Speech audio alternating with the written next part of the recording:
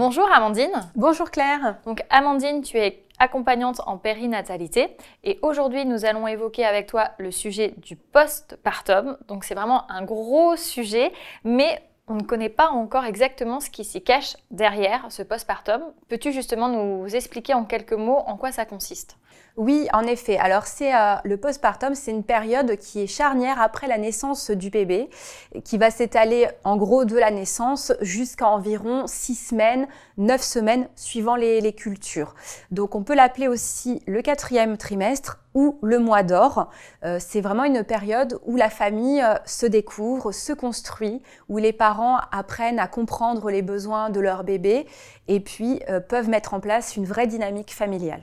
Et est-ce que le postpartum, du coup, il touche tous les parents, que ça soit son premier enfant ou son deuxième, son troisième enfant ?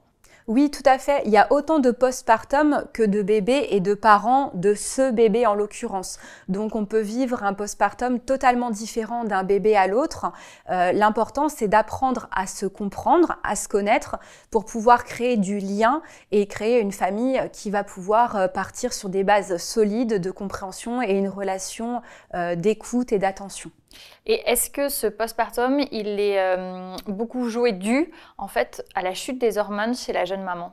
Alors, le postpartum, il est en tout cas dû à une façon de vivre, c'est plus un art de vivre et culturel que des hormones pures. Les hormones, l'instinct maternel, si on peut l'appeler comme ça, va faire que la maman va avoir ce qu'on appelle la préoccupation primaire donc de son enfant. C'est-à-dire qu'elle va vouloir chercher à savoir comment fonctionne son bébé, pourquoi il pleure, quelle mimique de son visage veulent dire quel besoin, quelle chose le bébé cherche à exprimer en fait.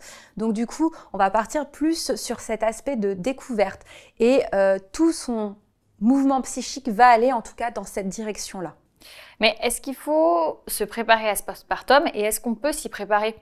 Parce que c'est une période qui est essentielle et pourtant on a tendance à pas trop en parler pendant la grossesse. Oui, en effet, pendant la grossesse, il y a beaucoup de rendez-vous, il y a des visites qui sont mensuelles, énormément d'attention, énormément de mouvements.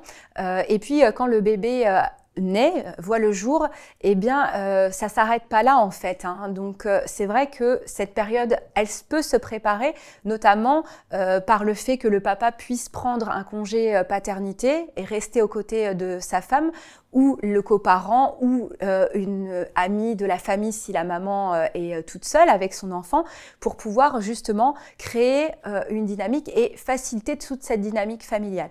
Pour le créer, le mieux, c'est de préparer à l'avance une liste des choses qu'on a à faire. Se poser les bonnes questions, en fait. Exactement, se poser les bonnes questions et puis aussi anticiper, se dire que pendant ce temps de découverte, l'attention doit être priorisée sur le nouveau-né ou les nouveau-nés si c'est une grossesse multiple. En tout cas, vraiment, l'important, c'est de se dire qu'on peut, par exemple, remettre à demain certaines tâches ménagères ou se faire livrer des repas, aller vraiment dans cet ordre-là de diminuer l'aspect matériel, logistique, en tout cas le préparer en amont le maximum pour pouvoir être vraiment focus sur le bébé, sur ses besoins et plus vite les besoins seront compris, plus vite la vie pourra reprendre son cours vraiment très naturellement et sereinement.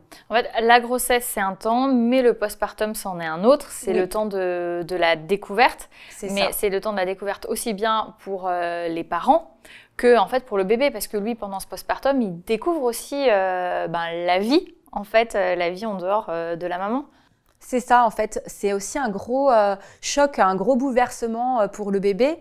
Il passe d'un milieu liquide, aquatique, où il fait chaud, où il n'a pas le poids de son corps, en fait, il est en apesanteur, à quelque chose voilà, où il y a l'air, il ressent des sensations, il ressent la faim, il ressent la pesanteur, il ressent beaucoup de choses.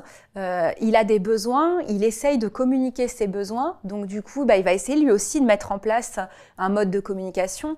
Les bébés, on le sait, ils communiquent dès la vie intra-utérine. Et là, il va adapter son mode de communication pour chercher à attirer l'attention de ses parents, l'attention d'un adulte protecteur pour répondre à ses besoins vitaux. Et est-ce que tu aurais un conseil à donner à des jeunes parents ? Alors, sur cette période? Premier conseil que je peux donner aux jeunes parents, c'est de se reposer, de se créer une bulle, un cocon à eux. On oublie les visites. On oublie les visites, on oublie le superflu. Le ménage, c'est pas essentiel. Il y a plein de choses qu'on peut soit reporter ou décaler et puis vraiment se concentrer sur cette période de bulle, de découverte, d'observation. Et ça se rapproche beaucoup d'aujourd'hui où tout va vite. Et bien là, on va prendre le temps de ralentir, d'observer et de vivre avec un nouvel être qui a rejoint une famille. Donc, le dernier mot, c'est de se dire, on crée notre bulle et on prend ce temps pour cette famille qu'on construit. Exactement. Merci Amandine. Merci beaucoup à toi.